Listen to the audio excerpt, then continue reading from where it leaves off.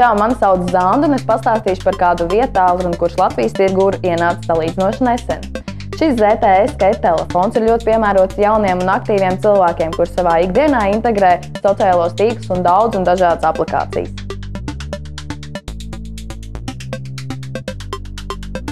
Mobilā telefona ZTE skate izmēri ir diezgan lieli, bet tajā pašā laikā tas svar tikai 120 gramus.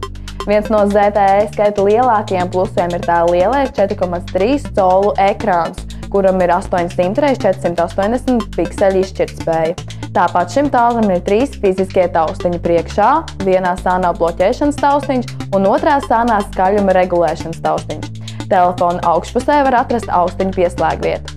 ZTE skate vietālruņa korpus ir veidots no plastmasas un paša telefona biezums ir nedaudz lielāks kā 1 centimetrs. Bet neskatoties uz it kā lielajiem izmēriem, telefons viegli ieguļ arī meitenes plaukstā.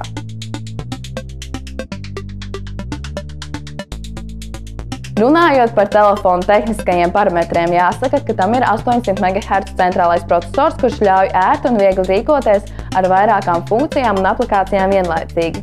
Tam ir arī iebūvētā 512 MB atmiņa, kā arī atmiņas kartes slots microSD kartē līdz 32 GB.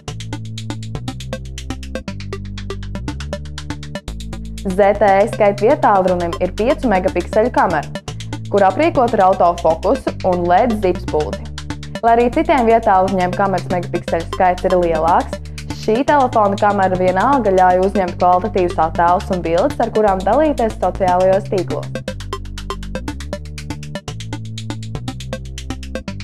Lai arī oriģināls ZTE skate vietālrunis ir aprīkots ar 2. Android versiju, šis telefons ir atjaunināts ar 4. Android versiju Ice Cream Sandwich.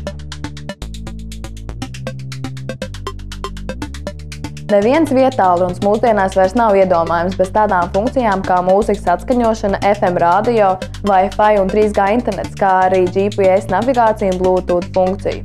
Bez šaubām šīs funkcijas ir arī šim ZTE modelim. Tieši šo vietālruni no ZTE izmantoju vairākas nedēļas un jāatzīst, ka tas nav licis man vilties. Šis modelis ir piemērots jauniem un aktīviem cilvēkiem, kuriem ir nepieciešams vietālrunis ar Android operētāju sistēmu. Jāpiebilst vien, ka ZTE 2011. gadā ierindojās 4. vietā pasaulē mobilo telefonu tirdzniecībā.